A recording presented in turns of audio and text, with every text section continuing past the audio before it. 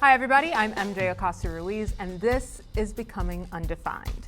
Now, most of you may know me as one of your favorite sports girlies, but this show is about digging way deeper and peeling back the layers.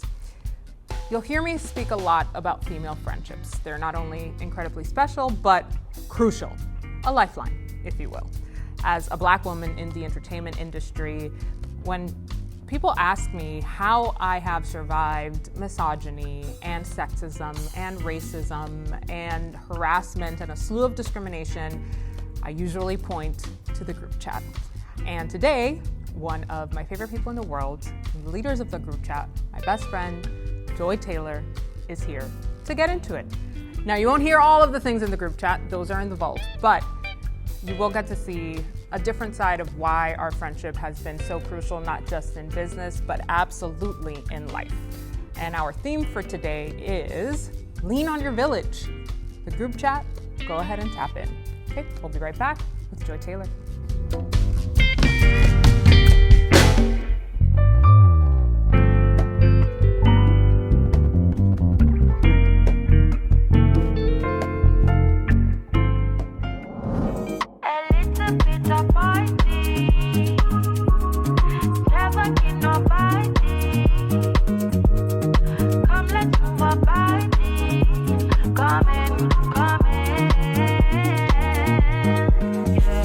This way. One and this, one and that. Oh, Joy. I feel like we're Yes.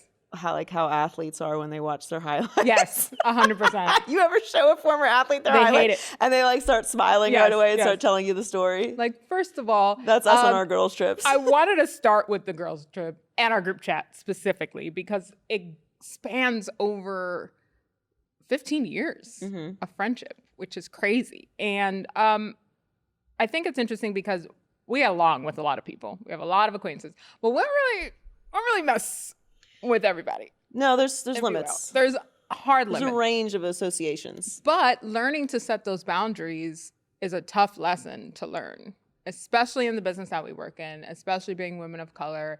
And so I'm always so grateful that we can look back at those videos and chuckle, even though we know the nuances of the trip and the energies. At the end of the day, when you're friends for that long, it's like your sisters. So Yes. the sisterhood thing is real. Yeah, so you have your fights, you have your Right. disagreements, you have your energies that you have to navigate, you have it's your fine. borrowed clothes. All of it. Yeah, but it's Makeup. always the memories, right? That's what life is about experiences. The memories for me are really important. And I always want to start with POV because these embryonic photos of us are God. just who are they? Who are these Honestly, girls? some girls who you couldn't tell shit to, first of all. Period, first and foremost. I would actually like to siphon some of the energy Just a little. from Yeah. my early 20s. It's supposed to be backwards. I think you actually go through a wave. I think It's a I cycle. had Yeah. unhinged confidence Yeah. in my early 20s.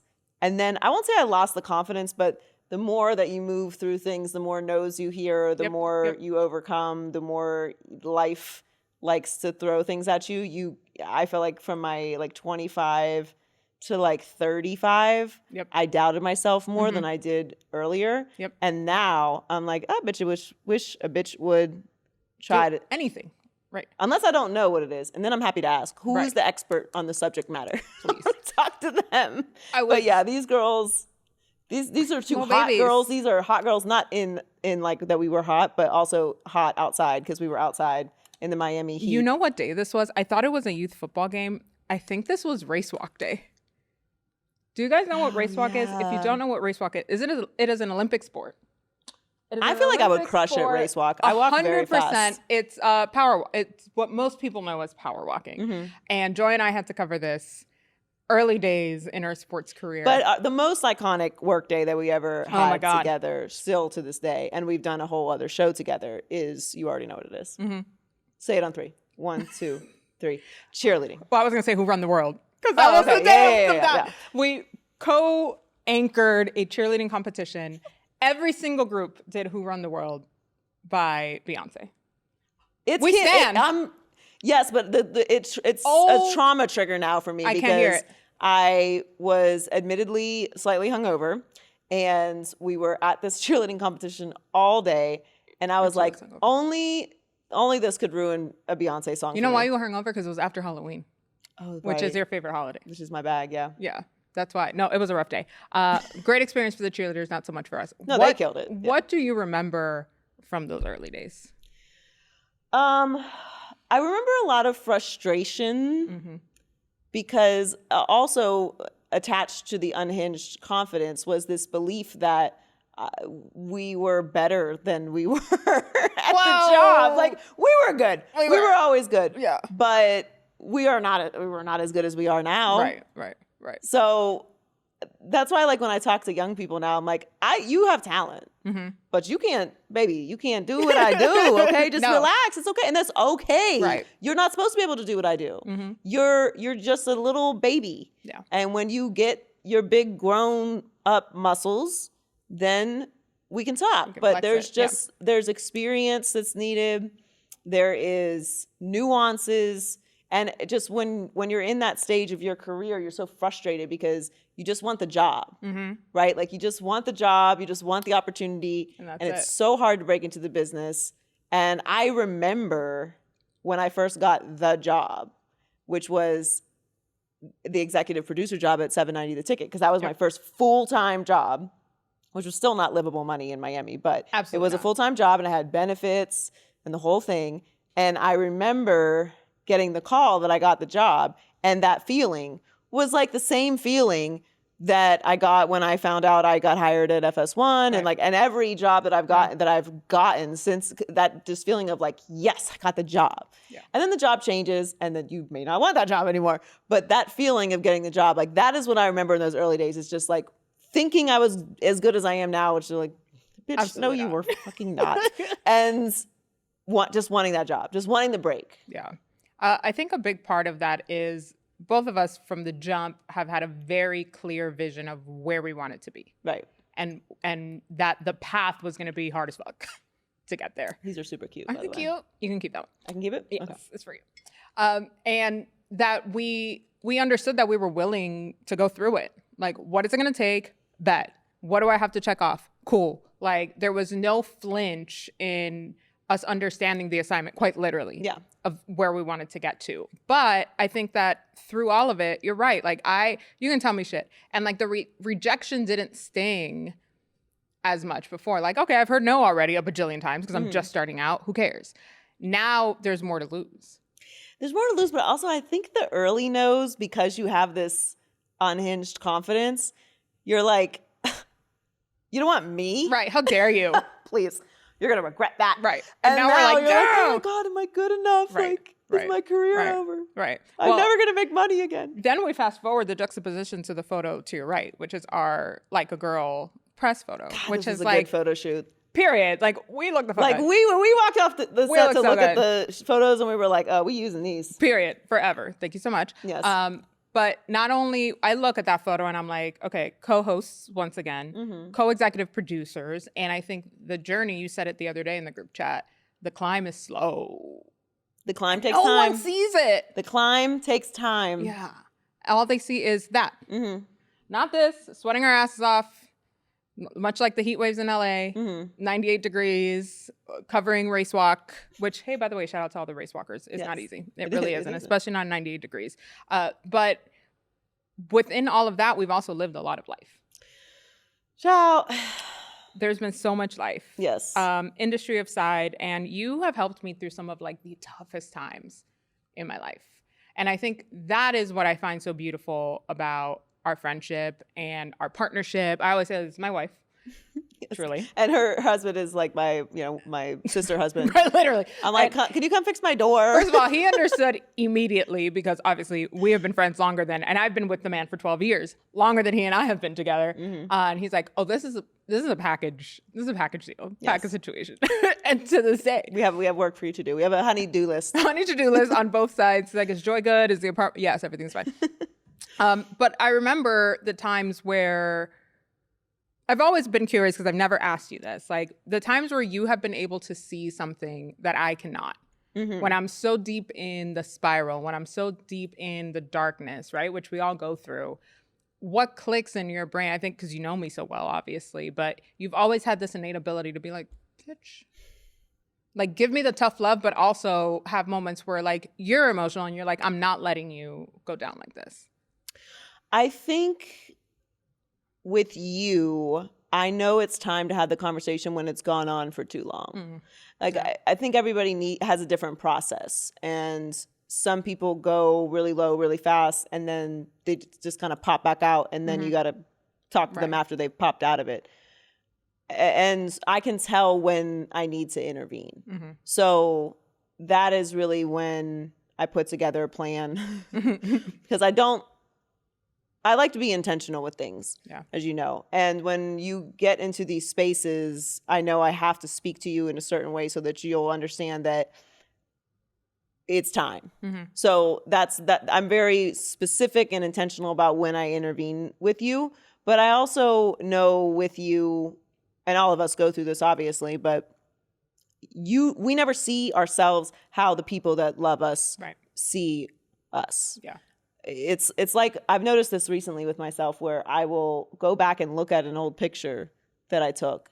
And I'm like, damn, that's a great picture of me. I thought I looked terrible in this picture when I took it. I look like Shrek when I took this picture. You couldn't tell me this picture's never seen the light of day. And I go back like, damn, I look actually cute. I just don't even need any touch-ups. We don't even need to fix the lighting on this. Why did I think I looked bad in that picture? And we are our own worst critics, obviously. But when things start compiling and this is going on, and then this life hit you with this, and then there's work stuff, and then this person's treating you badly, and it just keeps pushing you down, you do start to think, no matter how confident you are, that you start to believe the things that people are saying about you. Because why does it keep happening? Why does this keep, the next thing happens and the next thing happens and it feels out of control. And when you've been in that space for too long, that's when I know to come and talk to you. Yeah. Last year was one of those times. And I remember because I felt like I was in such a haze, like I was like in this really deep depression. And of course, you and I talk very publicly about the importance of mental health, but sometimes you're so far deep in it, you can't even see what the light is. And I remember like my body language, and you're of course much shorter than me by 2. I'm like the glamazon in the group, but I was like laying on my kitchen table, on my dining room table, and you were standing. This is the memory I had of it. I can't even vividly remember what you said to me, but I remember you standing over me, and not in an empowering way, but in I got you, take my hand, we're going to get you out of this. Like, it's going to be okay. And I needed a lot of other help, and I'm trying not to get emotional thinking about it because it was such a moment that shifted everything for me, God damn it. This is why you can't interview your best friend. It's very hard. But it was one of those moments where I was like, damn, where would I be without her? Like, I don't know. I really don't. I love you. Love you too. God damn it. Make me cry. I'm never going to forgive you. You're never going to come back. I'm already, my eyes are watering. So and Joy doesn't cry. I get very upset when I cry because I'm crying, but then I'm upset that I'm crying. Okay. We're switching gears.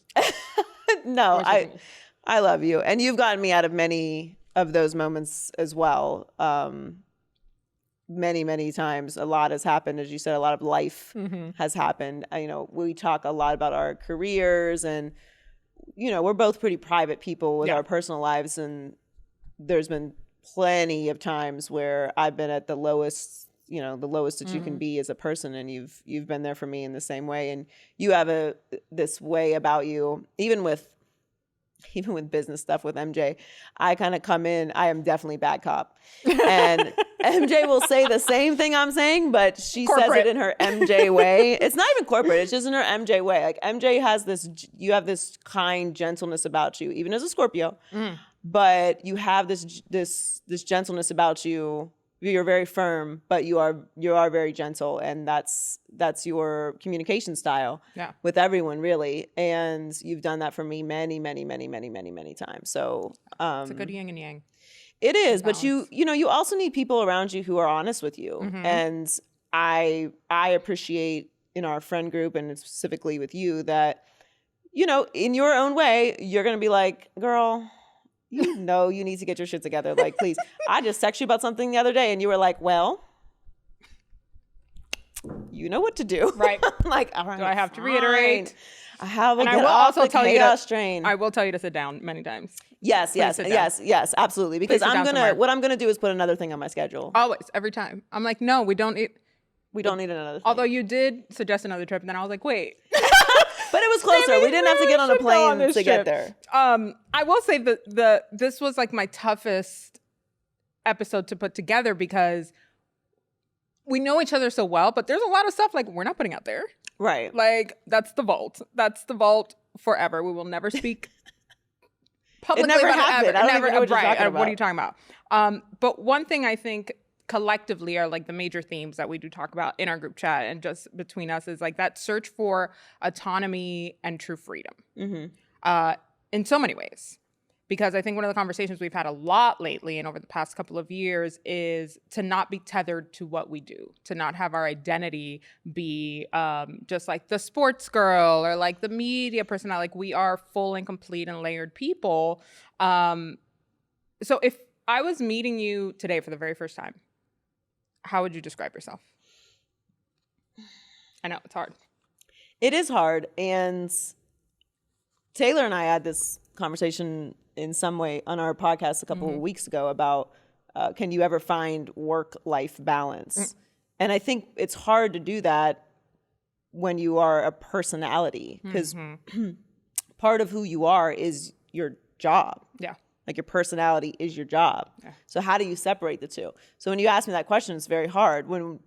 So are you asking me what I do or what do you want to know about me? Right. Right. And that's the thing. Like, it's not just, and that's my whole point with the question is like, how would you describe yourself as a woman, just as a human being, like industry aside, right? Because I think a lot of times you meet somebody and they're like, so what do you do? Right. And we're conditioned to lead And I don't with actually that, tell people right? what I do. I always say I work in television. Yeah. I'm like, I'm in the industry. Yeah. Which here in LA, people know what that, right. know what that means.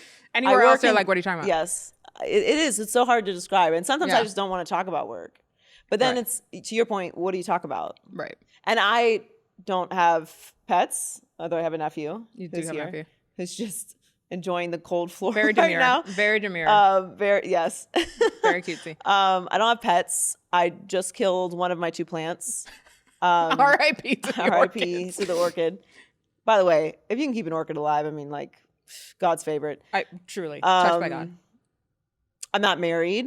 So, but what I do say about myself is where I'm from, which I'm very proud of. So I'll say, you know, I'm from Pittsburgh. I grew up in Pittsburgh, Pennsylvania. I lived in Miami for 10 years. I have a very big family. I have 13 nieces and nephews. 13 people's auntie. I'm 13 people's auntie. I'm a great aunt.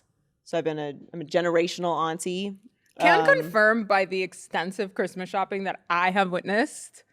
Amazing aunt. And it's not just for Christmas. She be spoiling these kids all year. I do be spoiling them. Yeah. But because I'm not having kids. So, right. You know, and not just for financial reasons. No, for many other so reasons. It aligns for me. But yeah, I think I describe myself as, you know, where I'm from, what my family background is, what I like to do, which is nap. And love a nap. Oh my God. I haven't been getting enough naps lately. No, you have not. I really haven't. I've not been budgeting for naps in my schedule. I need to get back to that. Yeah, and just, you know, I've been in LA for 8.5 years, and that's, you know, that's kind of where I would leave it. If people push to ask what I do, then obviously I'm going to tell them. But and I love what I do, so that also makes it difficult because it is such a hard question. Like, how are you not defined by undefined? How are you not defined by what you do every day? Yeah. Because that's what you pour almost all your time into. Right. If you're not on set, you're prepping for set. If you're not that, you're prepping for another project. If it's not another project, it's like, how can you elevate what you do? How can you...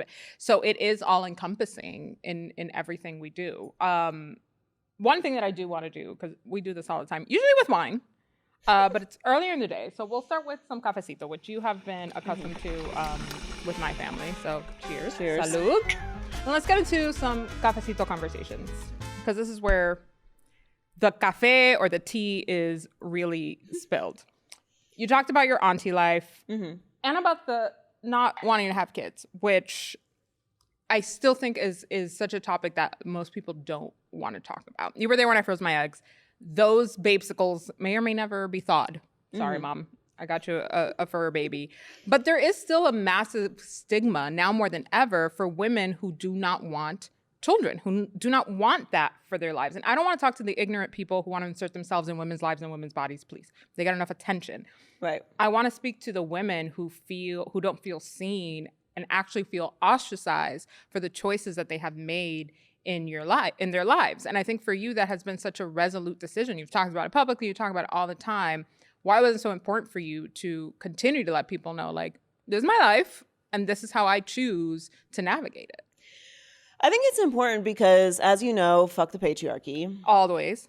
And these are just not questions that men get asked. And when men don't have children, it's not a thing. In some ways, they're almost praised for it. Like, wow, how smart you are to not have done that if it's not what you wanted. Or, he's a hot bachelor.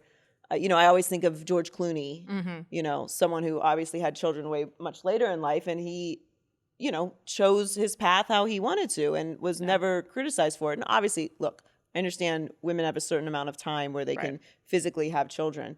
But the physical part of it also is annoying to me because the conversation is also turned to, you're not a mother if you're a stepmom. And you're not a mother if you've adopted children. Right. And I'm like, y'all need to pick a fucking flex here. Like, do you want people to have families? Do you want family to be the center of this country's like foundational purpose? Or do you just want to make humans? And I just find the whole conversation to be very obsessive and incredibly weird and creepy. People that constantly bring up babies creep me the fuck out. Why are you talking about babies all the time? You're talking about other people's bodies. Why are you talking about my insides? We're talking about my ovaries. Please. Do you know how hard it is to get to my insides? Pleise. Why would you even be bringing those up? Yeah. Okay. There's a 6 months. 6 months. Thank you. Waiting period.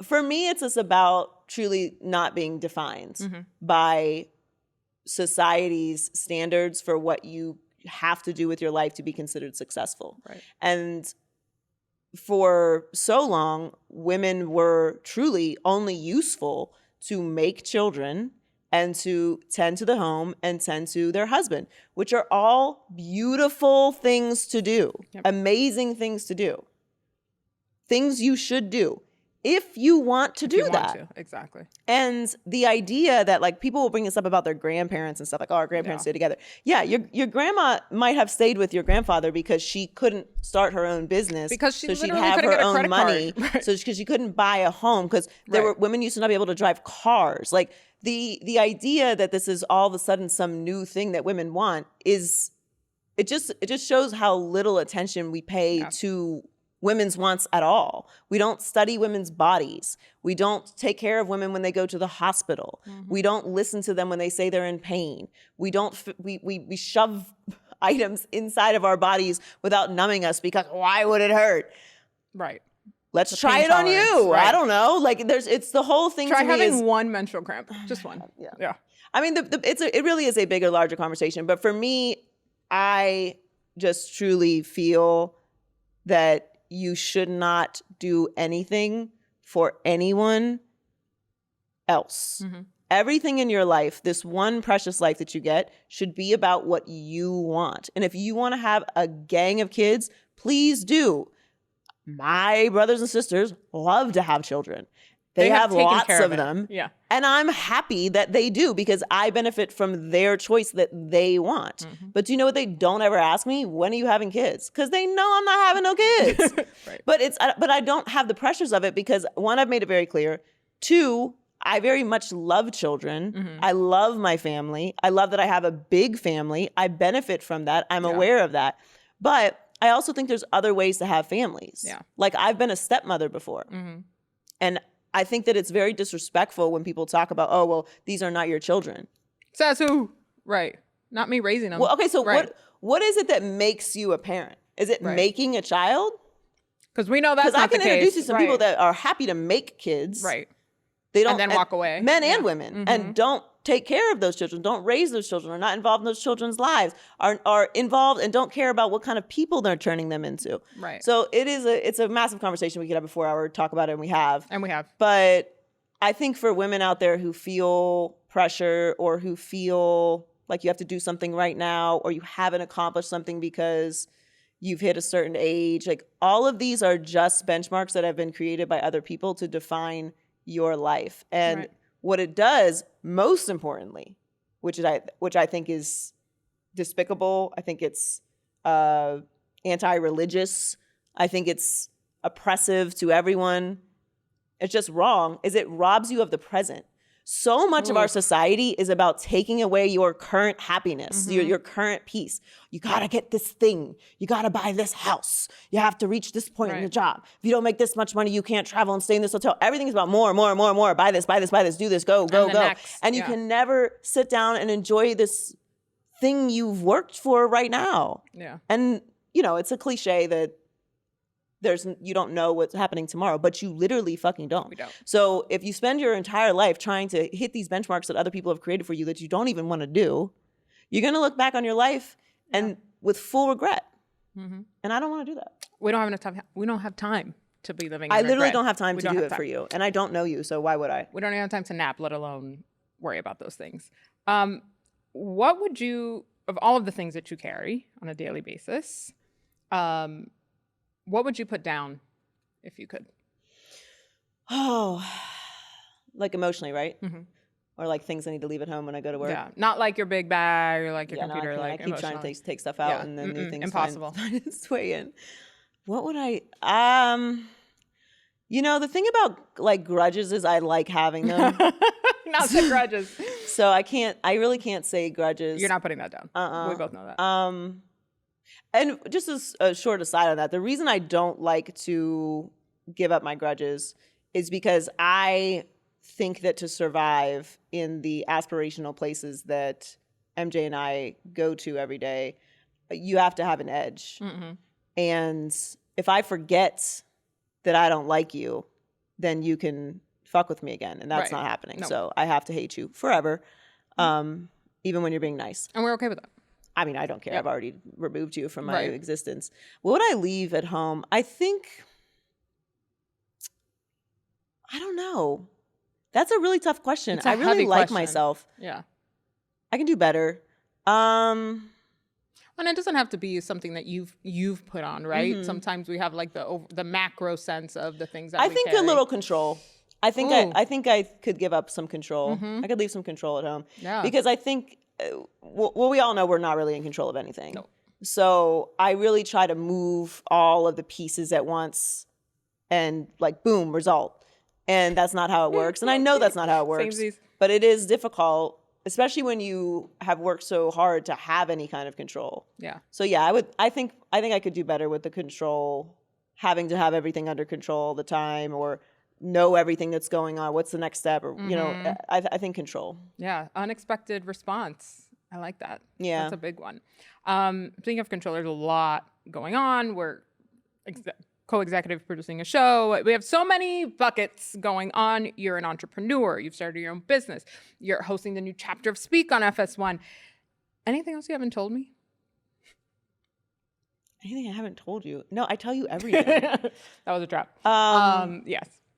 No, business-wise, like, you know, I'm always cooking something up. But no, I mean, I really like the people I have open relationships, like in conversations with, know like everything that's going on and coming up. Yeah. I think like the next step for me is really, you know, applying my therapist homework. Woo! I know what the homework is, and we're not sharing that. I haven't done it. I'm going to stop you right there. I haven't done it. I know the next time I talk to her too, I'm going to be like, well, because she's going to hold you to because she gave me. So you even know the therapist homework. So you see, like, you know everything. So she gave me this homework. We also have the same therapist. Yeah, that's true. We do have the same therapist. Which is kind of nice because I'm like, I'm going. So I was with MJ, right? And she's like, she already knows. She knows she's not like she's not supposed to comment on it, but she gets like, it. Yeah. Like, sometimes I'll be like with my best friend, and she'll look at me like, girl, I know who you're talking about. We be making her break the rules all the time. So she gave me this homework, and I'm not gonna tell you what it is, but she gave me homework, and I was like, ugh, don't like that homework. No. And she was like, all right, you can do the homework, or consequences. We have to talk about why you didn't do the homework. That's worse. That's worse. So it's like the clock is ticking. I'm not going to do it. Like, I already know you're know I'm not doing this homework. You would have done it already. I would have done it. And the reason she wants to talk to me about it is because she's like, there's a reason you're not doing this. Yeah, I mean, I need to, that's what we go to therapy for, right? Correct. But I am somebody who once you get, massage me to the place of acceptance, really, I will apply it. But I will tell you one thing I'm going to apply. Yes. This is a big change. I haven't told you about this yet. No, I'm not going to sit down. Okay. But I am done with people fucking up. Done. We have had these conversations. Yeah, but this is a new wrinkle. Yeah. Okay. This is a new wrinkle. Because I had this epiphany this week, and I was like, Because you got pissed. yeah, because I'm like, I'm not really that nice. Like, I don't think I'm that nice. Right. I think I show up, I have a resting bitch face. I have this kind of thing about me, And in my mind, I'm like, yeah, everybody thinks I'm a gangster. Like, they'll never fuck up. And they always fuck up. I'm like, how is this happening? You give off nicer vibes than you think. I know, and it's wrong. So setting the record straight. Yes, for the record, I talk crazy about you behind your back when you fuck up. No, but I have to be more stern in the beginning. Like, I have to be more stern. It is not okay that you fucked up. We don't have time. There are consequences today for you fucking up, whether you meant to do it or didn't. Like, the intent is irrelevant. Yeah. And like, just to be clear, there will not be another chance. Love that. And I'm good boundary. going to see if that works. I guarantee you that it will. Okay, see, now we can go swap out the coffee for wine, which is appropriate. Yes, let's do that. Let's do that. Love you. Thank you. Cheers. Love you.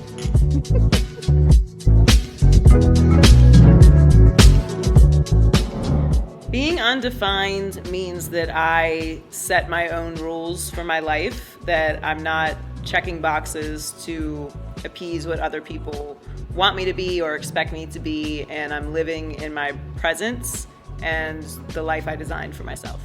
I always knew she would, and this is only going to lead to bigger and brighter things. I'm very proud of her. She's very creative, very talented, a businesswoman. She is the moment, and I'm not surprised at all. It was a great interview, which is what she does, and a great set and great crew and great energy.